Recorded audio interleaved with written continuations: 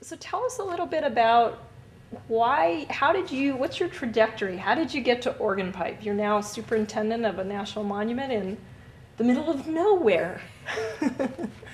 That is, a long and odd story in a sense, but let me just back up a little bit, and I'd just say that, I started with the Park Service in 1976. I started at Carlsbad Caverns National Park.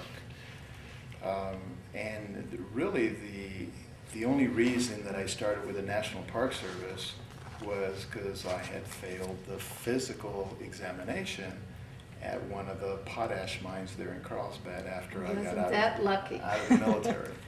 So it was one of those things where I had applied at the caverns for a seasonal labor position, and things seemed to work out. Oddly enough, just to end that quick little story there, the first time that I reported to work at Carlsbad Caverns was the first time I had ever visited a National Park Service unit. So it wasn't part of, our family life activities or anything in the past. And, in retrospect, to think that, I have, experienced that aspect of it to the other extreme of raising our kids, within National Park Service units, and then hearing some of their stories and some of their experiences of living in places like remotely Guadalupe Mountains in Texas when it was first a brand new park. We were out there by ourselves, to Sequoia Kings, on the Kings side especially, and hiking in Evolution Valley and all these other things. Just wonderful opportunity for the kids. So we've come a long way. It's a long distance, and especially for us, personally within our family. I've been at several parks, obviously, starting in New Mexico, Texas, California, and then a short stint back in D.C. for several months, about 9 months. And throughout this whole experience, for me, one of the things I thought I wanted to do was to get in the superintendency, and it was kind of one of those things where you set your personal goals, and we all try to set attainable goals to feel successful, and so all along, I just was very fortunate to be able to progress, and in 1992. We came to Arizona. I came to Arizona as the superintendent of Tonto National Monument, after being the facility manager or chief of maintenance at Sequoia Kings. So my original field was really maintenance, maintenance and construction, and so I've had opportunities throughout that period of time, and especially when I was at Carlsbad at Guadalupe Mountains, because it was a new park. And the superintendent at the time there was Karen Wade. It was her first superintendency and later became our regional director. But we had a lot of opportunity to kind of push away from just the maintenance and construction into developing resource management plans and all this, because we had very few people. So it really got me involved on the resource side, both natural and cultural. So those were good challenges for us. In a sense then, in coming to Arizona in 92, the setting and everything else worked quite well for us family-wise. Especially, it was the first time our kids actually had cable TV and lived in a community, and these kind of things. And so it was a different world for all of us, really. But something happened in 1992. We had at Tonto National Monument has been part of the Southern Arizona group, what we call SOAR, and it's primarily 8 parks and monuments within the Southwest Arizona. One of the things that we were challenged with at that period of time is, especially for me at Tonto, was I did not have a resource position. By that I mean archaeologist, a biologist, ecologist, or anything, and so all we had was interpretive folks, a couple of them, a law enforcement ranger, and a couple of maintenance folks, you know, you've got 15 FTE right off the bat, you know, and still didn't get into the resource. So we relied a lot on the Southern Arizona Group office that was and is still located in Phoenix. They had an individual there by the name of Kathy Davis that was the resource manager. And one of the things that we started talking about was difficulties and challenges with the respective sites and developing a resource group. So in doing so, what we started to do was on a quarterly basis meet at a respective park. Well, we came down here to Oregon Pipe one of the times and had our meeting down here. As part of that, we had a project that Oregon Pipe was engaged in, and that was a stabilization project at Gachalo, which is right on the border. So we spent a couple of days, we spent a day and a half or so talking about our issues and trying to, you know, follow through and develop a plan for those. But the other thing is that then we went out to the field to really do a practical application. And while we were out there at Gachalo, you know, I remember it, you know, very, very plainly is that it's within 50 yards of the international boundary.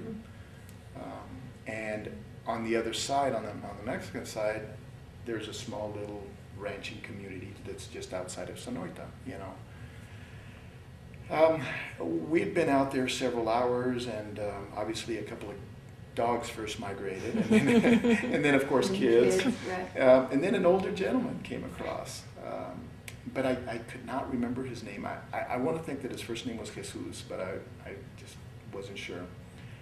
And so we just started some dialogue with him. I started some dialogue with him, and you know, within an hour or so, he was actually showing us, you know, how to work the mud, and especially as we were trying to put a cap on the roof of that building, you know. So it was pretty impressive for me, you know, at that period of time, that just to say, boy, you know, what an opportunity to extend beyond, you know, the remnants of this physical border that's there. Because again, there was probably 3 or 4 strands of barbed wire that probably only 2 of them were standing and the other 2 were on the ground. You know, not much of a physical barrier. So that was one thing that was obviously implanted in my mind, you know, at its earliest regarding Oregon Pipe.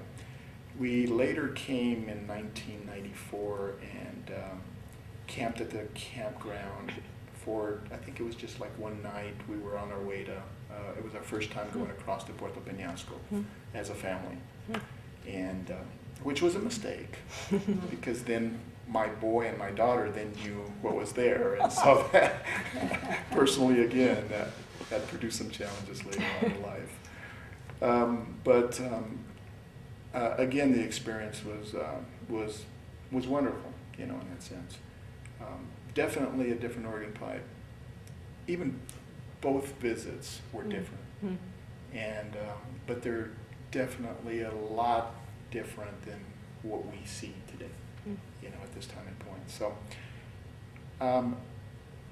I was at Tano Monument for 12, 13 years or something like that. I went from there to Petrified Forest, was there for about 3.5 years. And before, you know, this job came open, and you know, every place that I moved, I thought that was going to be my last place. You know, I mean, and it was at Tano for the longest time until I was encouraged that, well, maybe you got to do something different. Okay, so, and at Petrified Forest, we had a lot going on, and I figured, you know, the same thing. You know, I'd stay there. After all, I wasn't getting any younger, so. So in doing so, this opportunity came up, and in talking to the regional director at that time, you know, because I had involved myself in some of the challenges that Oregon Pipe had prior to officially coming over here. The regional director had pulled some of us together at Glen Canyon to talk about, you know, some of these issues that the park was going through at that time. And you know, obviously it's it's a married history, and it's one that sometimes most of us would rather have taken a different road than where Organ Pipe has been. Even today, we're still probably in a healing process, you know, in that sense. And what I'm referring to is obviously the fatality of one of our park rangers, you know, in 2002. So that really changed, you know, the day for Organ Pipe and everyone else. Some of the challenges that I saw at that time is that, well,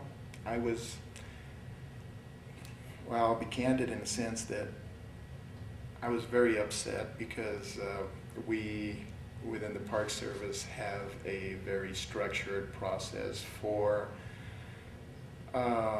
requesting base increases, you know, permanent funding. Mm-hmm. And at Petrified Forest, with the land expansion and everything else, we were at the top of the regional list Right. to get funding. But yet, for the previous 2 years, we had been bumped because of border initiatives. Right. You know, and obviously Organ Pipe and the other 4 parks along the border were benefiting from it. And yes, you have to be team players, but that doesn't mean you're going to like it in a sense. So part of the thing was you know, just a personal thing that, well, maybe we can make a difference, maybe I can make a difference, maybe we can look at things, you know, from a different context, and maybe we don't need to do this consistently every year. Mm-hmm. And maybe money is not the answer, you know, in that sense. I was also seeing what was happening with the cross-border connections, and where we were getting, you know, away more and more away from international partnerships. And I had the opportunity previously in my career to spend some time in the Dominican Republic, you know, as part of a couple of projects with International Office Affairs, and it was great, you know, great experience, great opportunity. So I just figured, you know, the challenge of again trying to, you might say, revitalize, you know, that effort, because again, Organ Pipe was one of the very first parks to really structure an international program. Mm-hmm. And you know, to put that program back into motion, you know, I knew it was going to be challenging. We obviously have some day-to-day concerns, you know, that for life safety, and it just, you know, every day is totally different. We have some challenges that I don't have any control over. Mm-hmm. And even though I've been in this capacity for almost 20 years, this is the first time where, you know, in this capacity, I don't feel like I have control of what we're doing, you know, Right. here at Organ Pipe. Right. A lot of it is just responding, you know. We're just very reactive on a day-to-day basis. Mm. So part of the challenge is how can we get away from that and become a little bit more, you might say, offensively minded, Right.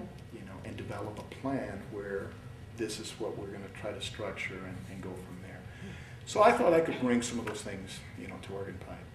You know, I'm very interested in what you're saying about the sort of social, political, cultural, legal environment impinging on what you'd like to do.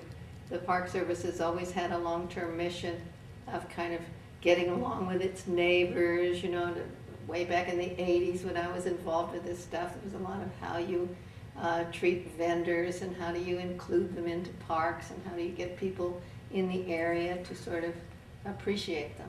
Absolutely. But it seems to me that your environment's especially complex because you have bunches of other federal agencies down here We do. who share some of your concern with species as they go across. And then we have the Park Service with its long-term dedication to preservation and enjoyment. You know, people are supposed to enjoy this place, as well as now this real concern with security. And maybe if you help us talk about how you kind of balance all of these demands that you have on you and what kind of networks you create to try to, you've got a bunch of people you have to deal with here. Absolutely. All right, so, You know, and maybe since we're doing it in this process, I can just maybe try to paint the picture of the monument a little bit. That'd be great.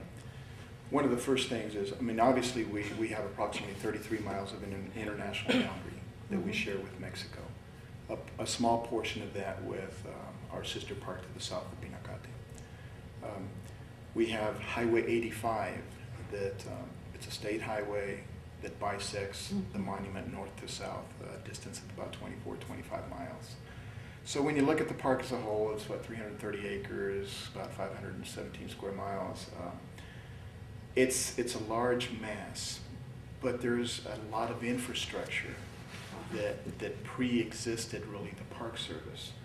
And when we look at some of the history, even from the 1600s with Father Kino coming through, this has already been a corridor, you know, for lots of years, you know. So part of the challenge is that we have is it's a known corridor. There's a physical infrastructure that's in place, especially on the south side, that would support a lot of activity, and especially a lot of illegal activity. By that I mean, we've got the small community of Sonoita. I think the population ranges from about 13 to 15,000 people is what I'm made to understand. Even though it's somewhat consolidated, you know, within one smaller 3-mile area, it's still right on the border. Part of the other infrastructure that's on the other side of the fence is we have Highway 2 Yes, I know Highway to 2. the west of Sonoita. It's one of the busiest roads within the state of Sonora, back and forth to San Luis. And that parallels our entire boundary all the way through to the west, and probably never deviates more than 100 yards, you know, off of our boundary.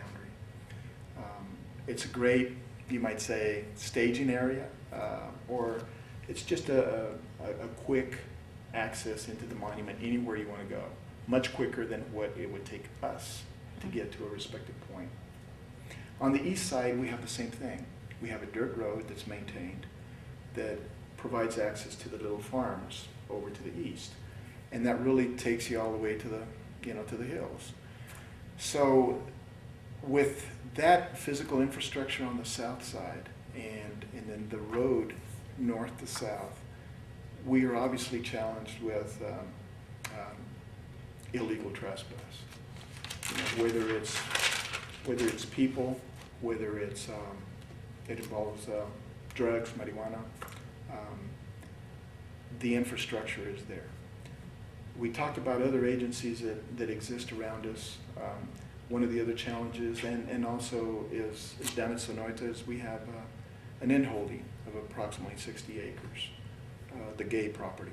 Lukeville. Yeah. Right, Lukeville. So, you know, somewhere down the line, it'd be great if, you know, the Park Service and or Homeland Security could acquire that property. That's my belief anyway. And that's what I was working with Al Gay on, you know, before he passed away. Yeah, we actually. were really sorry to hear about that. Yeah, absolutely. So, so we have that. That presents some challenges, you know, down there for, you know, for us also, that private little landholding, from the sense that it's difficult to secure that respective area, you know, without total control. And so we have that as a challenge. To the west, we have the Cabeza Prieta. Obviously, they're, you know, about 800,000 acres, 3 times as large as we are.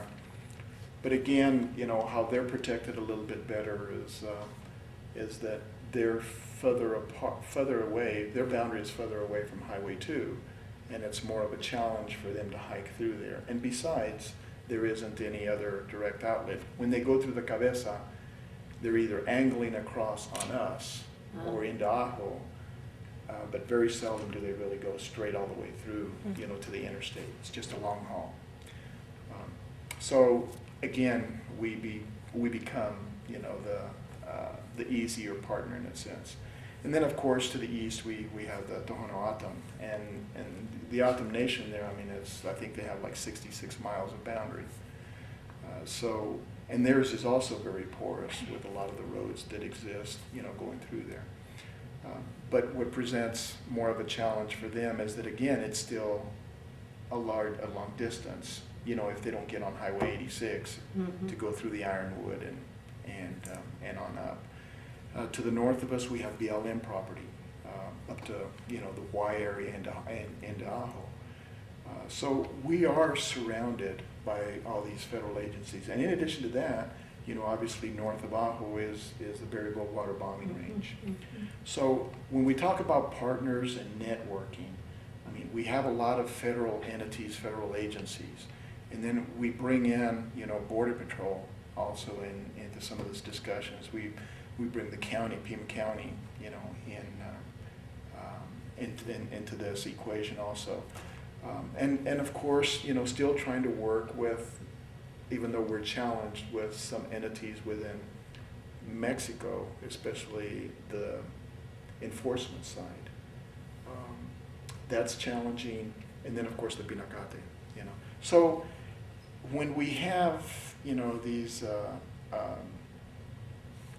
meetings consistently, I mean, a lot of our time, a lot of my time right now is really dedicated to continuously staying in touch, you know, with each one of these individuals.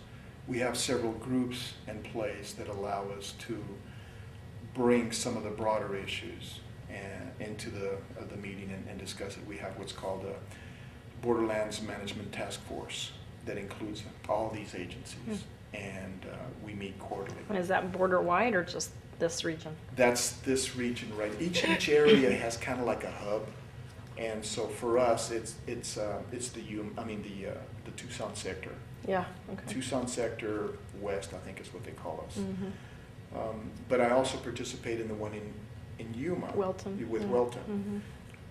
Part of our challenge here with enforcement and working with Border Patrol is that I have both sectors working in the monument. Yeah. And then on top of that, we have Borstar, you know, which is a separate little entity. They're located in Tucson sector office, but you know, they kind of are an independent entity that provide. They're the paramedics, you know, the response, the life safety response. So that's a little bit of a challenge in that sense. But again, you know, it's just continuously trying to work with all these federal agencies as a whole. You talk about the Border Management Task Force, that's obviously a management thing. Is there a group that deals with natural resources, environment, wildlife, that brings these people all together? No, you know, Okay. what really brings us together is issues. Okay, all right, And we've had plenty of that, no doubt. okay, all right.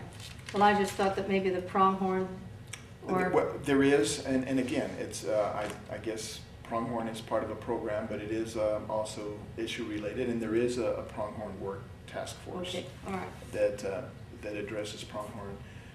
You know, we also try to meet regularly with ecological services, Okay, you know, to be able to deal with some of the protected species like the lesser long-nosed bat, for example, you know, and what we are doing, and especially in lieu of all the construction projects that are going on.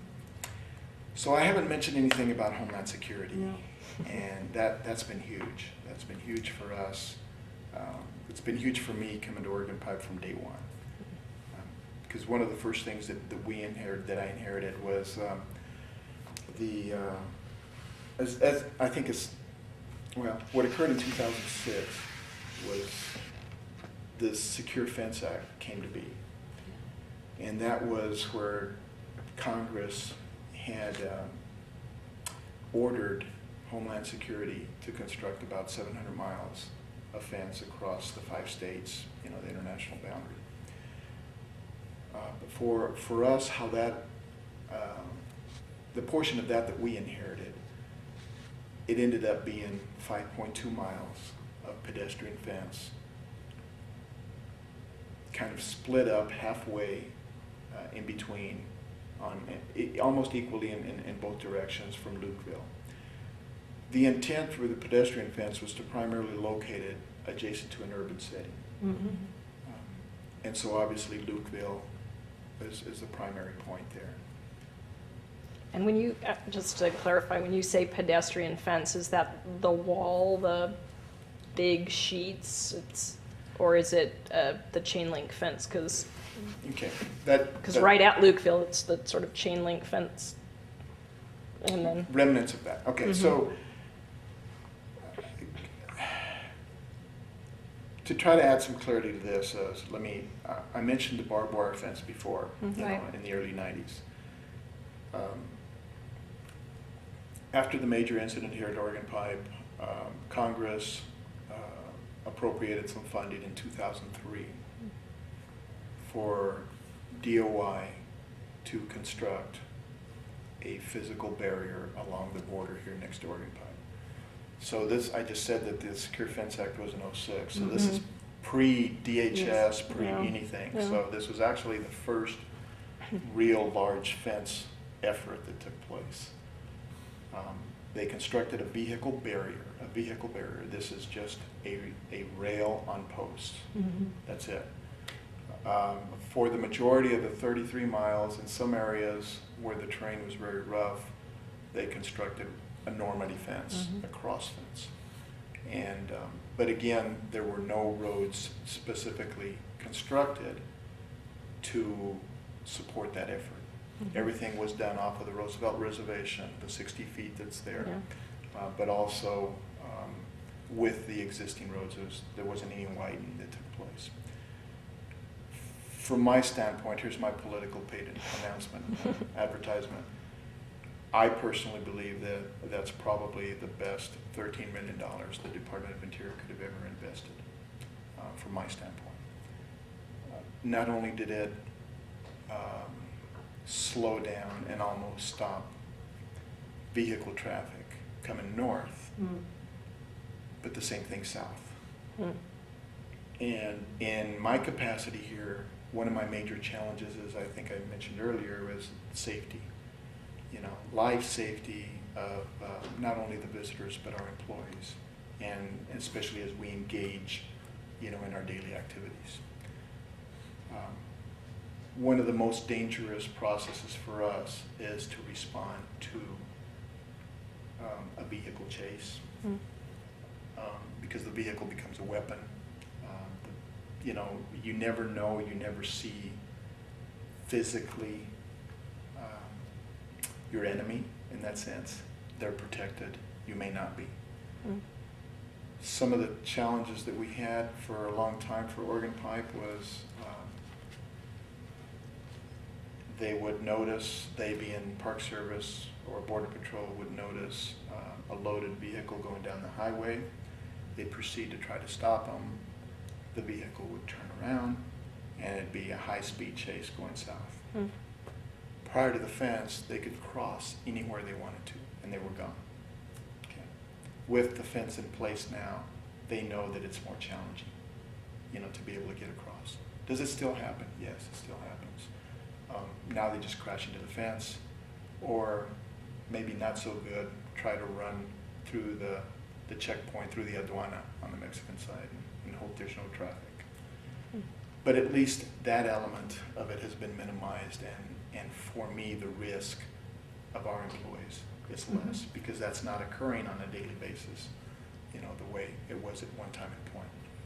So the construction of the fence was in place. It was started in 2004. It was completed in 2006. With the Secure Fence Act? No, this is That's the vehicle. all before The this. barrier. Right, this is the vehicle barrier that was funded by Right. DOI. Okay, got it. Under the Secure Fence Act in '06, they received funding, obviously shortly thereafter. They proceeded to start work on developing this pedestrian fence, which was, the challenge for me at that time and point is it was right when I first got here, and trying to understand and learn what was going on. Trying to build relationships with everyone, with Border Patrol and all these other agencies that we've talked about. But yet, on one certain day, we find out that there's some survey work that's being done on the border. But they're under contract, and they're actually under a gag order not to provide any information. So that was one of our challenges, first of all, and that's how we found out that there was going to be a pedestrian fence constructed. There was no compliance, no consultation. No EIS. Oh, no, not even an EA, nothing, you know, in that sense.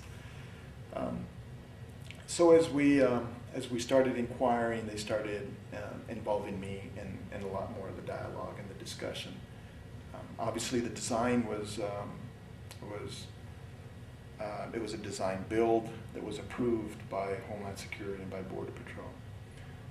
Yes, we did inherit, and it was one of the very first pedestrian fences that was ever built, you know, also. We, for some reason, inherit these pilot projects consistently. But it is, the panels are, it's a double mesh panel. They're 15-foot tall. They're supported in place by these huge steel channels. They dug a 6-foot trench that is full of concrete, and these columns are embedded in this for the entire 5.2 miles. Well, initially the project was going to be less than 5.2 miles. To the east side of Loopville, they were only going to go 2 miles to the east, which was going to put them right at Gachalo that I mentioned earlier in my story. And I had a concern that was just going to be a quick jump place, quick hiding, and you know, the degradation was just going to be massive for that site at the end of the fence. So I went back to DHS and said, you know, I think we need to extend this about a half mile. So they decided to extend it a mile, and that's fine. So they went 3.1 miles to the east. The agreement also was then that we would come to the bottom of what we call Monument Hill with the pedestrian fence, because again, that's the urban setting.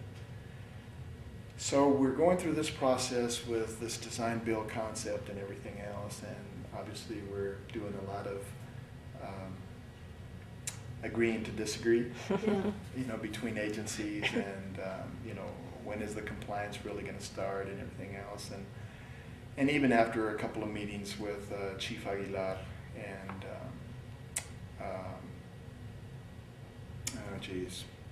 the secretary at the time for the Department of Interior, before, I can't think of his name right now. Babbitt?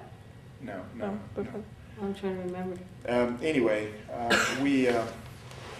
was after that? we had several meetings, and finally what ultimately happened is we now know the history. Secretary Chertoff decided to exercise his waiver rights. Yes, I remember that. So this was included as one of the first waivered projects or waivered areas. So what that did is that excluded this project from all environmental law that existed, and so they were able to go ahead and proceed. Well, in the process of proceeding, all of a sudden the project grew to the west, and they decided to conquer the hill, and they had to go over Monument Hill with this pedestrian fence. Yeah, we went down there and looked at that. Yeah. We took a picture of it, they didn't like it. Yeah, you know, that was my first major setback, and not the last. Yeah. But I mean, what I saw in that pedestrian fence is you not just buy a fence, you buy the road now that has to squirrel up that mountain to, you know, there's a whole bunch of other things that it's not like they just helicopter in these fences. And all that left over, the construction stuff. Yes, you're exactly right, and it's a major challenge, and I think, you know, part of this whole thing is that Homeland Security as a whole is really a newborn child. You know, they're in their infancy. You know, prior to Well, there were a bunch of different things glued together there. Right, but I mean, even at that, when they were glued together, none of them were really responsible for any infrastructure, Right. you might say, as a whole. Yeah. You know, they had their GSA lease buildings, their GSA vehicles, and we'll go and do wonders all over the world. Yeah. And that's their job. And now all of a sudden, you know, they're getting this infrastructure, Right. and they're making these decisions, and it's pretty challenging, you know, to try to make that work. Well, and to take so many new people as well. We were remarking on every other vehicle. It's Yeah. Border Patrol. From here down, we went down to Pawa and down to the border that way, and every 7 other, times as many Border Patrol vehicles Yeah. as anyone else. But how do you grow that fast? Any business would be Right. sunk just Oh, absolutely. by the cost of that increase. Absolutely. And diversion from other missions, you know, it's really clear Absolutely. that, So with that, I mean, you know, we went through some challenges over Monument Hill. yeah. You know, obviously in the media and trying to get partners and these kind of things, because I really didn't want them to go over Monument Hill in that capacity. My proposal at that time to Chief Aguilar was, okay, so let's look at the border from the standpoint of bring your entire toolbox to the table, and we'll talk about a strategy along the border. I don't want to piecemeal projects all up and down, you know, without one supporting the other, you know, Right. in that sense. Right. And so that didn't quite work out. What I was hoping is that I'd heard that we were going to do this virtual fence, and I just figured a camera and a tower would be able to scope Monument Hill, and that way we wouldn't have to physically go over it. And besides, it almost was deviating from the mandate of where pedestrian fence were really supposed to be placed. Right, which was in Yeah, because urban areas. there's not many houses over that hill, you know, so. Well, and they've got that, as I understand now, in Goldwater. At least that's what we were told. So there's nobody living out there. is No, there? absolutely, but see, But that's military. So. Yeah, that's military, and that was built actually internally. Interesting. You know, the funding was provided to DOD, is my understanding, Hmm. and it was done, They a did lot it of it was done, themselves. right? We'll ask Adrian about that this Yeah, afternoon. ask her, but a lot of it was done by, internally by the military. And again, they were doing it for themselves, you know, even before, Mhm. you know, the Secure Fence Act, because everybody was just doing their own thing, you know, Mhm. just trying to survive, you know, on the border. So anyway, so the pedestrian fence took place, and it is there. It ended up being 5.2 miles. They did go over Monument Hill, but just to the other side, to the bottom of the other side, and that's it. Hmm. Right now, the pedestrian fence gets breached daily, which was a surprise to me. I mean, and they were challenged in different ways. Initially, they were looking, you know, they were testing the fence, you know, whether it's the horizontal slats, whether it's trying to lift it, whether it's just cutting squares in the panel, you know, just different ways of checking to see what's easiest and more economical for them too, because I'm sure they're paying people to do that. But the fence does get breached daily. The vehicle barrier, we also get breached. But I would probably venture to say that the vehicle barrier is still probably about 90% effective, Hmm. you know, and it doesn't get breached as much as it used to. Hmm. The reality is that I think when the pedestrian fence went in, we started to get less breaches on the vehicle barrier. Hmm. Crazy. That's Mm. crazy. But you know, that's kind of how it worked for us. And we've chased the vehicle barrier, you know, challenges also up and down the border by coming in some areas, doubling it up, or Hmm. you know, just putting it on the other side, because they're very innovative in how they come up with things. These vehicle carriers that they back up to the fence and drop down. I've heard that. Yeah, they're gone, you know, in no time at all. So that's one of the challenges. The second, you know, obviously when I talk about Homeland Security too here, and you mentioned the number of vehicles, I am told that in approximately 2005, there was less than 50 agents in total. 2005. 2005. Yeah, because when I was working down here 15, 20 years ago, occasionally you'd see them. Yeah. They're just not apparent. Right. Today there's over 375. Yeah. This is just Ahu. Yeah. Welton and Yuma have grown Yeah, the same we've way. heard. So I believe their numbers is like 24,000 Yeah, now agents. which they you're have. assuming. Right. And they're all commuting. Yes, right. And so obviously there's a lot more bodies. Okay. The other project that we inherited was the SBI Net virtual fence project. Mhm. Yeah. And that was another challenging experience for all of us. And it still is, even today. But DHS came in with a proposal right off the bat. We've got these 33 towers we want to place within the monument. And, this way we will stop all traffic coming through. Mm. So once we started to really look and see how they would work with each other, if there was any redundancy, and especially when I asked for the propagation for each one of the towers, we saw a lot of overlap. So that in itself allowed us some flexibility to come back and say, well, do we really need 33? The other thing that we did was we said, I just made the conscious decision that taller would be a better opportunity for us, a better option for us than numbers.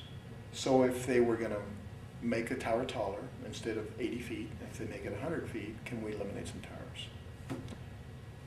Can we make it 120 feet? And that's about the capacity, and eliminate more.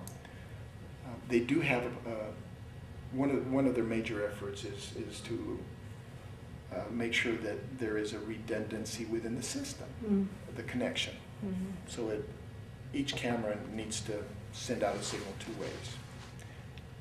So the good thing about all this is that we were able to negotiate and again disagree, and in some cases elevate this to Washington to sit down with us and make things work for us. A lot of give and take on both sides. Mhm.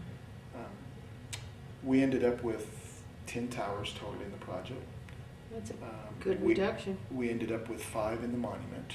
We were able to push out. Hmm.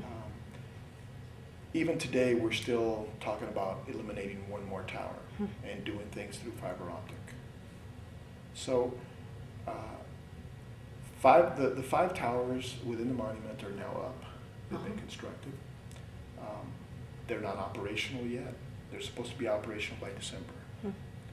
when they get everything, linked in and linked together. So What does these towers entail? What is their kind of impact? it's a direct impact is within a 100 by 100 square foot area, square area, 100 by 100. And the actual physical fenced construction area is 50 by 50. So they have 100. So they have a fence The- around these things, Right. They have a construction area that we allowed that was 100 by 100. right? And that was just flagged. Yeah. Then they have a 50 by 50 area within that 100 that is actually fenced with chain link to protect their infrastructure. That includes a tower, 10 by 10 building, propane tank, and a generator. Yeah, So there is some major infrastructure, right. at each one of these tower sites. We are working still, even right now, with Homeland Security to get commercial power Okay. into some of these that will eliminate the generator, in that sense. And again, more for addressing pronghorn. Right. And Yeah, especially during that, in that habitat. So, because of the noise? Because of the noise. Mhm. That is correct. So we are, I think we've done the best that we can at this time point. Mhm. But I think one of the major challenges for us again was that none of these towers are directly in wilderness. Yeah. Approximately 94% of the monument is wilderness. And so that was pretty challenging. But it's the wilderness that we have is kind of unique. It's not like, you know, Sequoia Kings or Yosemite where you have massive land, consistent areas. We have what I call islands of wilderness Right. that are separated out with roads, historically administrative roads. And so we were able to locate these towers within these areas. Is it really in wilderness? Technically, you know, it's sandwiched in. But is it directly on wilderness lands? No, it's not. Yeah. Will the wilderness experience be affected? Yes. You know, the one qualifier there is that we all expect different things Right. from a wilderness experience. And as we found again, and I'll use California as an example, in the campgrounds, the wilderness experience for them is the very first campsite right next to the bathroom. Right. You know? And for some of us, it's totally different. So for Have you some had folks, to- it'll affect them and some may not. Yeah. Have you had to shut down other areas, certain roads? I think some. Oh, yeah. Yes, Some we- Loop Road had to be shut down, Keto Bikini. You know, we've had, as a matter of fact, just Monday, Okay. I did an interview with MSNBC, and that was, No wonder you're good at this. no, that was one of the questions that we had with, that Contessa Brewer had, is, you know, now we have all these federal lands that you can't support, you can't control, and you're closing all these areas, and, you know, why? Why are you doing these things? Oregon Pipe has had different levels of closures since 2002. Mhm. And several times throughout that period from 2002 to 2007, almost the entire park was closed Mhm. for great lengths of time. So one of the challenges coming in for me was, how can we come back and reassess? You know, I'm trying to tie all this thing back in as what brought me here. Mhm. Yes, you're doing a good job. The biggest challenge for me was, how can I make a difference? You know, Mhm. is it worth my, am I gonna be able to do it justice? I mean, am I being real about it? What impact, if any, can I have to make changes at Oregon Pipe that will allow people to experience Oregon Pipe the way I had before? Right. So that was one of my challenges that I pushed on myself, and I decided to give it a shot. In doing so, again, probably showing a lot of immaturity, I thought that we could really turn this place around within 2 years. I figured 3 years max. You know, we will definitely get it together. Boy, am I wrong. Mm. Definitely wrong there. The first 6 months here at Oregon Pipe for me were the worst of my entire career. Personally, and you know, at work. Right. It was just, the challenges were just immense. It was kind of funny because I was sitting here thinking, isn't he the perfect choice? Aren't the Park Service smarter than you've always thought they were?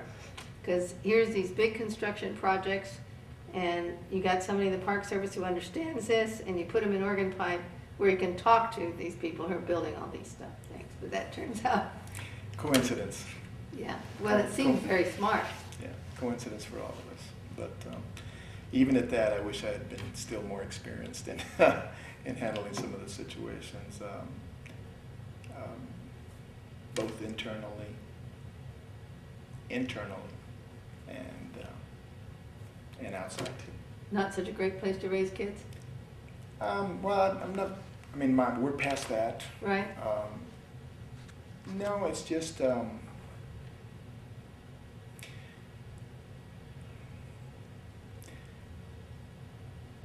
let me just share this comment, Okay. and whether right or wrong or whatever, but the bottom line is, folks look at us individually, and we all right away develop some idea of an individual. of what they can do, can't do. And a lot of it is because of the physical features.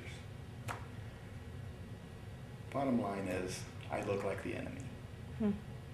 Not to me. Therefore, I could be the enemy. Right, right. You So- speak Spanish very well, which is a great asset, right? I do. But with that said, it's still challenging.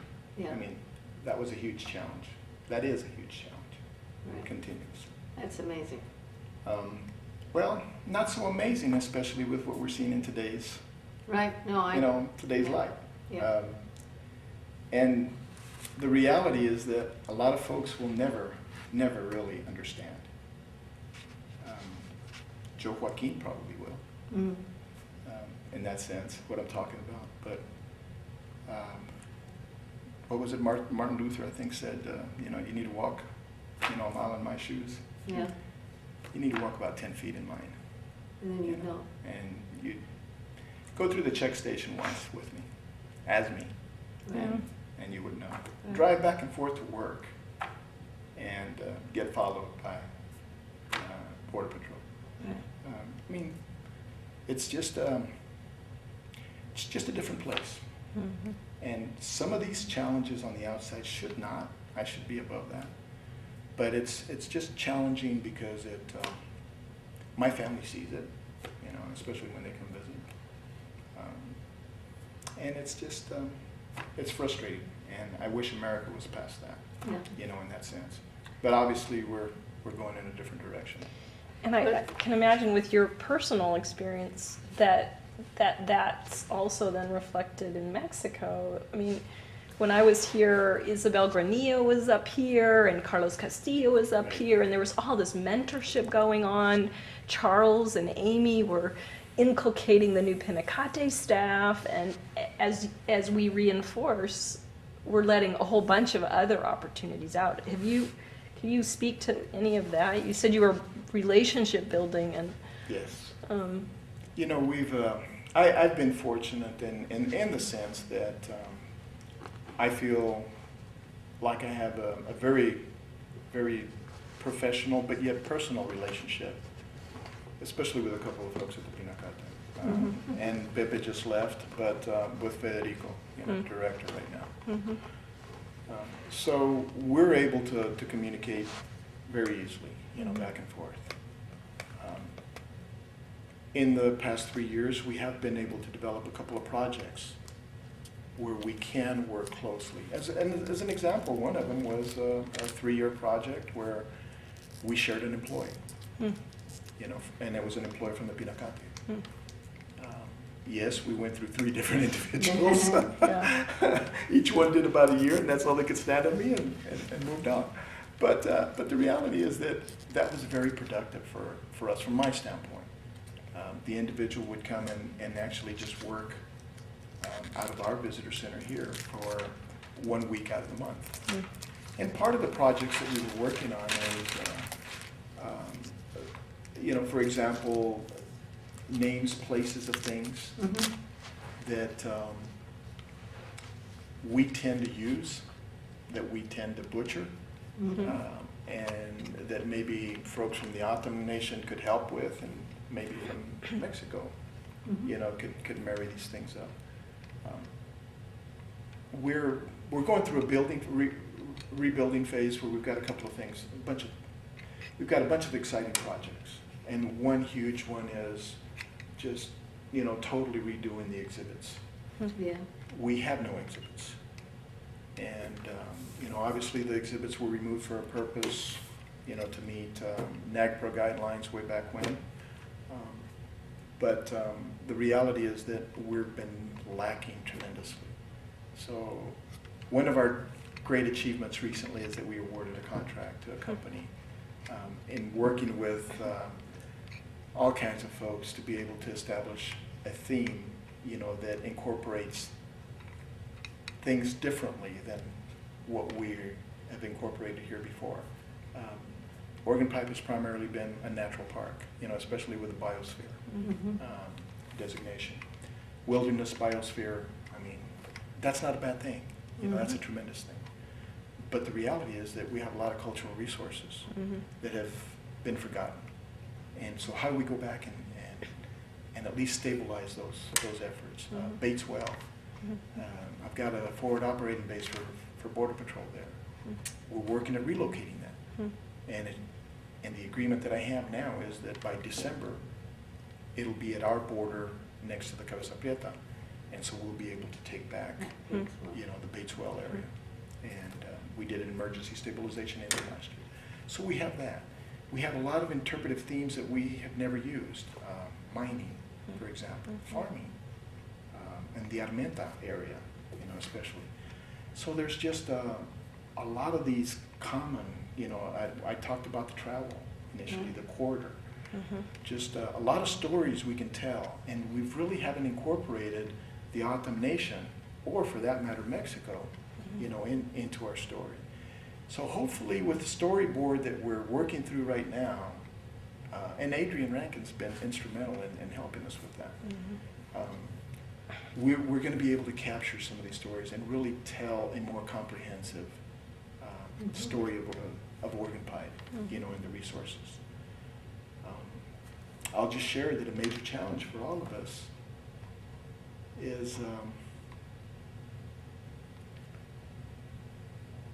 is what you see when you first drive up to our visitor center.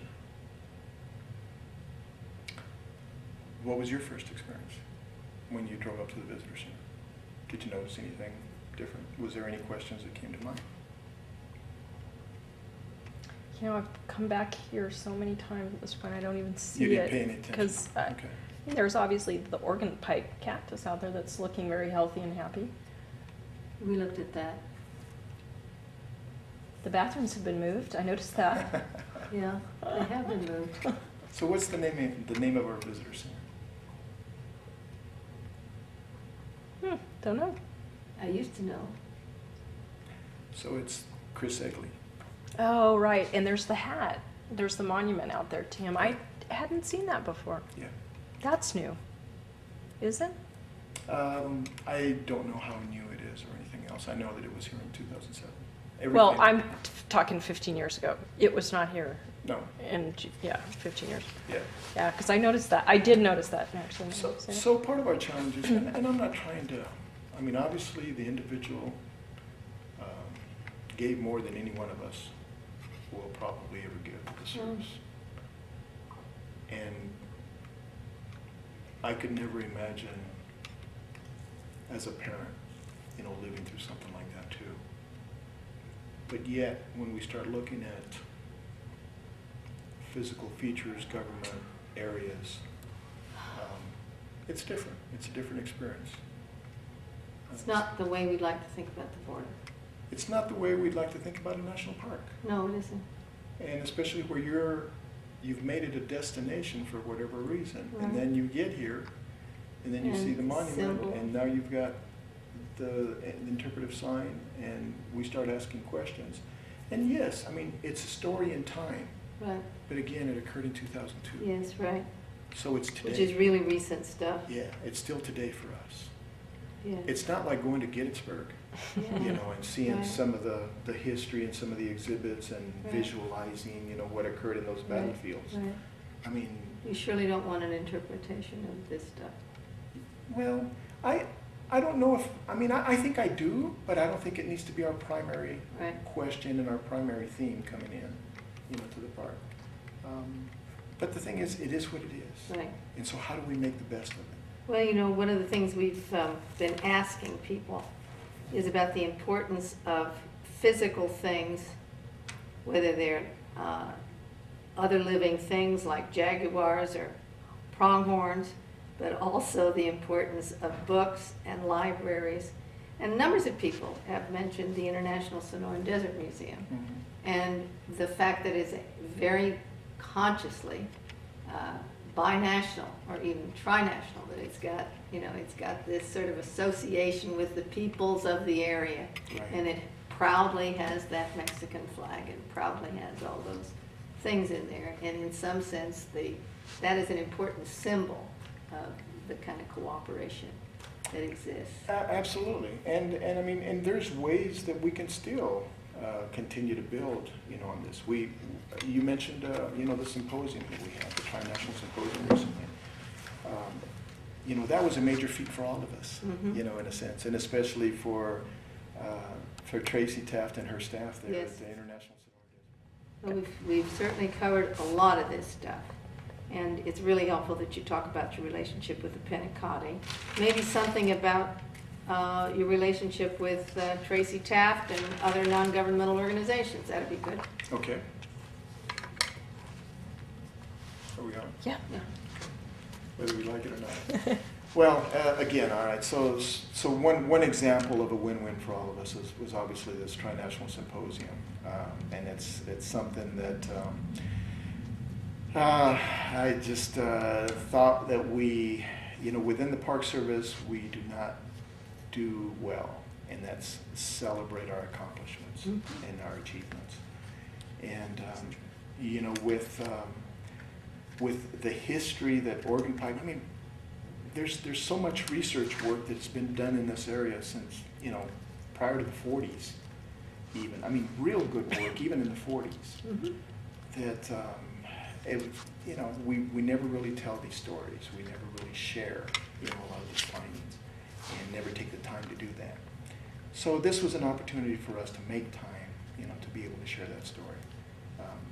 And everybody participated. Folks from Mexico participated. And, obviously from the Pinacate, numerous presentations. The same thing from the Autumn Nation. We had a panel with all the agencies there. We had Barry Goldwater. We had Border Patrol. All the federal agencies, different panels. So it was not only great because we were able to answer questions and express, and celebrate some of the accomplishments, but the collaboration that really took place. And that was what I was really after, Mhm. is I really just wanted to bring people together so that we could try to mesh. Because, it's just like maybe most of our families, or within my family anyway, the only time we really get together is at funerals. Mhm. And the only time we were really getting together with these other agencies is when we had issues. So why not bring everybody together to celebrate and talk about different things? Mhm. And you may be able to work through some of these, challenges that we have, and will continue to have as we go through. So that was great. We're continuously working with ISDA in being able to get things accomplished through the Pinacate. Mhm. Whether it's still weather stations, another project that we were doing was the wayside exhibits, and how we could work together to make sure that we were telling the consistent story.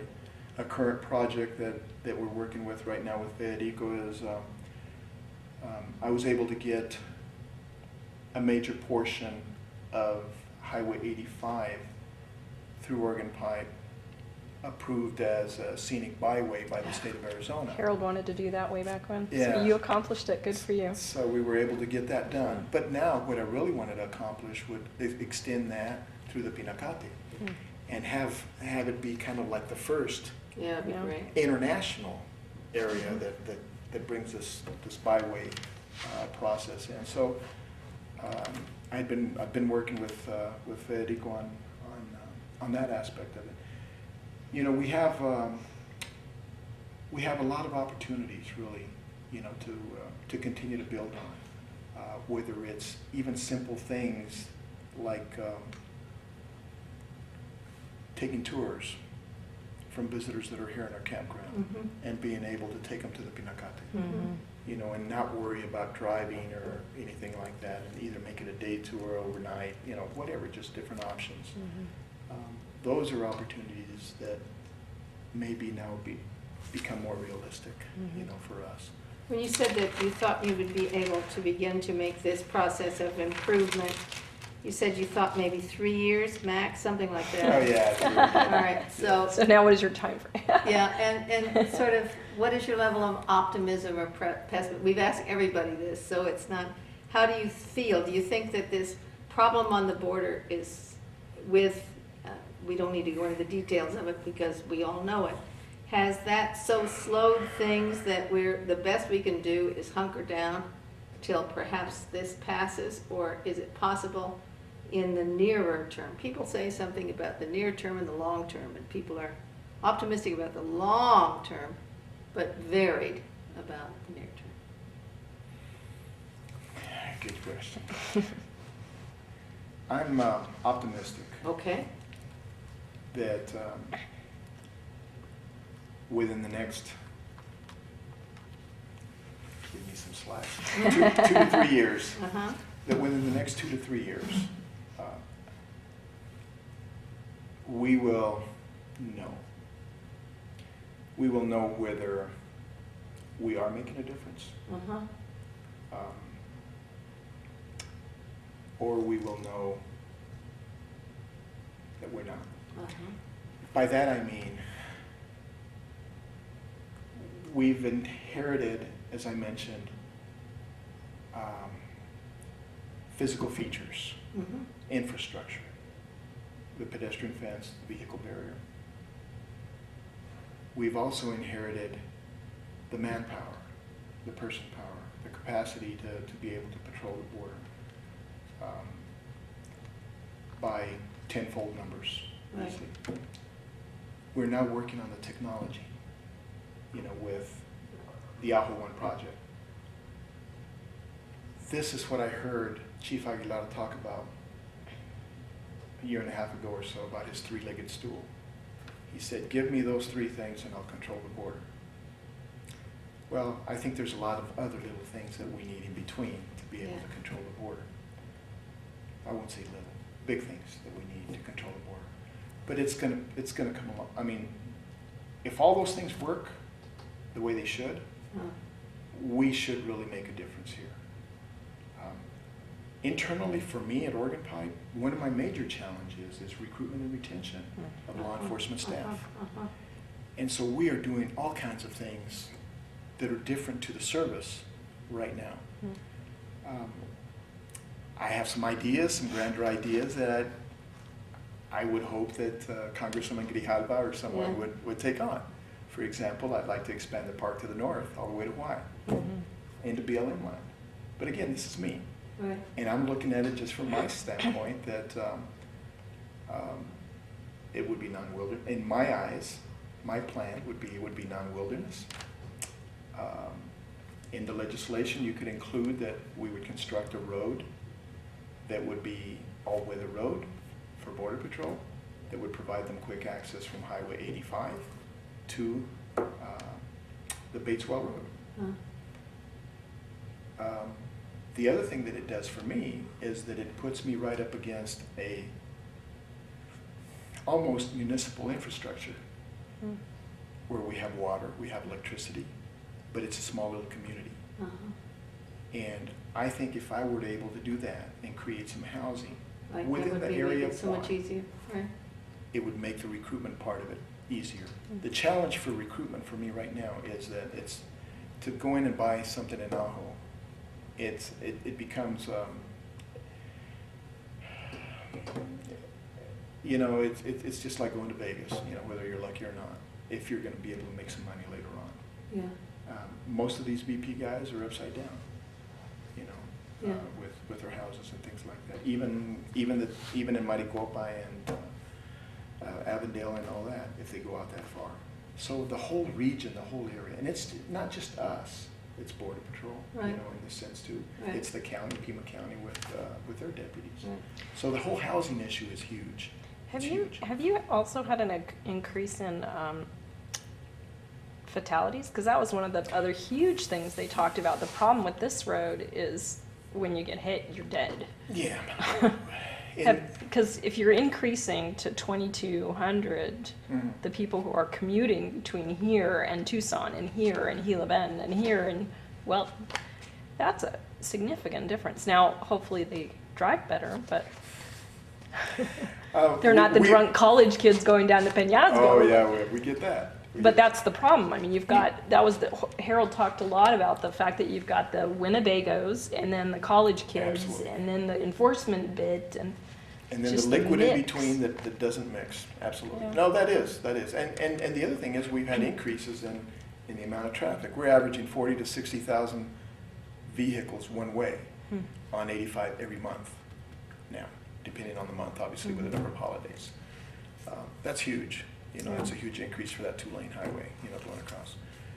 Some challenges for us is that there's some improvements that are going to be made at the check station in Lukeville. There are already some improvements that have been made at the aduana in Mexico, but there's another lane that's going to be added on both directions. Interesting. Some challenges could be for us that if they decide to open the Lukeville port of entry, 24 hours. Yeah, that was another huge one. That's huge for us. Huge, And, yeah. and All that obviously night. we wouldn't be supportive in a sense of, Right, of right. that, but not only from the legal aspect and for all the reasons you stated, but also the wildlife. Yeah, absolutely. But getting back to some of the commute, there is you know, a lot more vehicles as we say on the road. Luckily, we have not had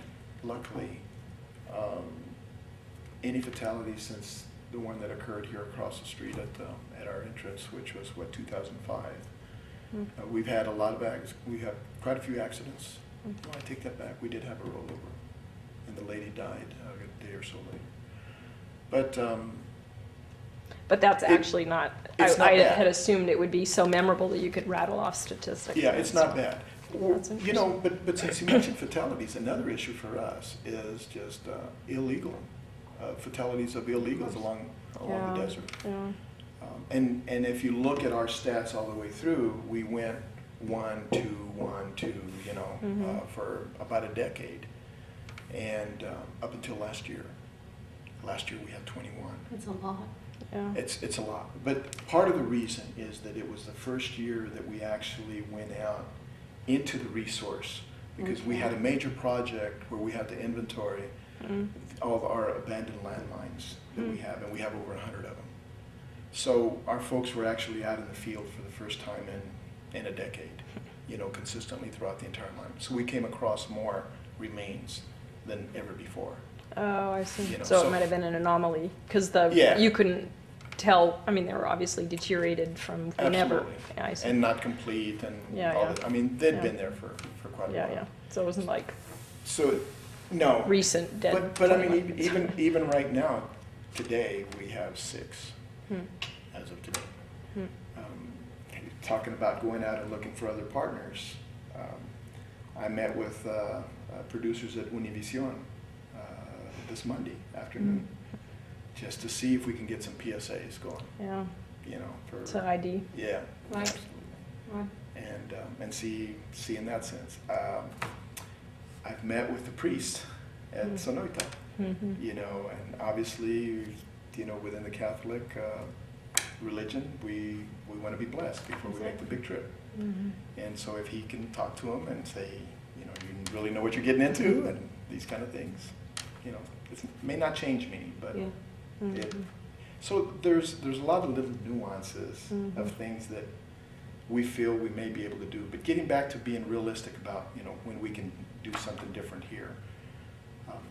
With the infrastructure in place, you know, that I talked about before, with the technology and the manpower,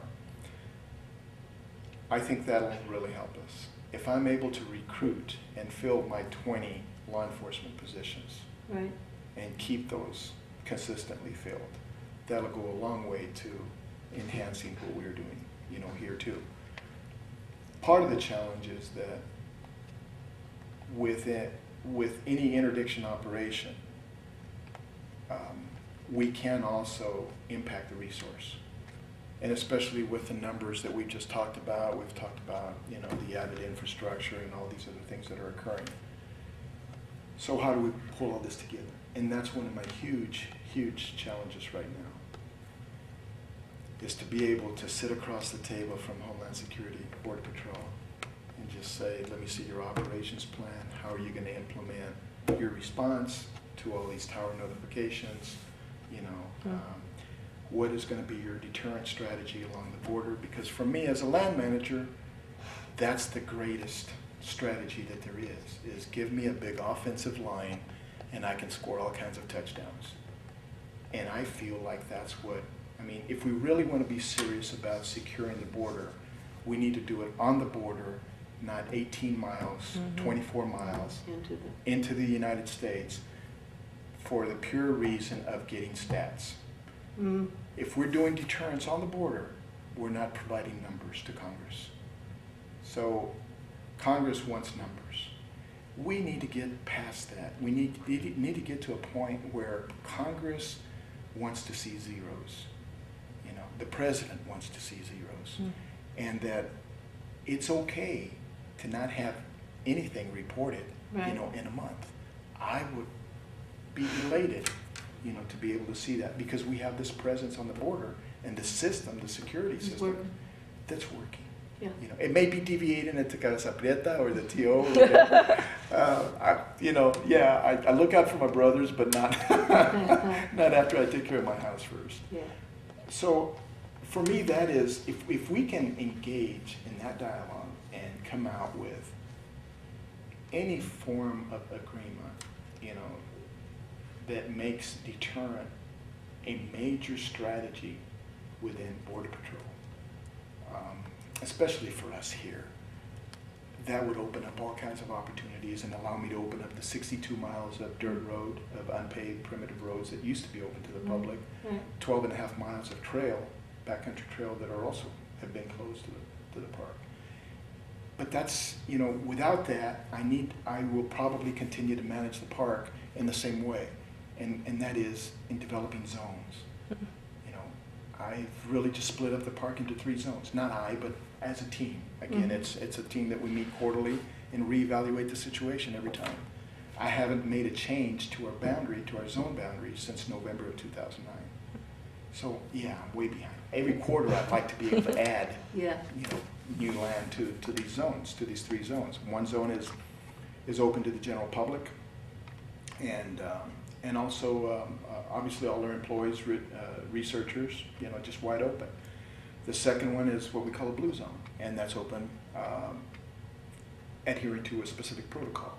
2 people working together, calling in every hour, you know, planning your trip in advance. And then we have a red zone that is closed and primarily only accessed by incorporating the security detail into the group. You know, right or wrong, I need to come up with a process where we can continue to maintain specific areas that we can plan work in, you know, without having to make some type of a algorithm system where every day I make a decision, well, this is open, this is not, and, you know, I can't do that. We need a plan for, you know, for the long term, and we need to, that's the only way we're going to get researchers to come back into Oregon Pipe, Exactly. you know, to do work, and or the public. Yeah. So I'm hoping that we'll know within 2 to 3 years whether we've been successful or not, you know, with this.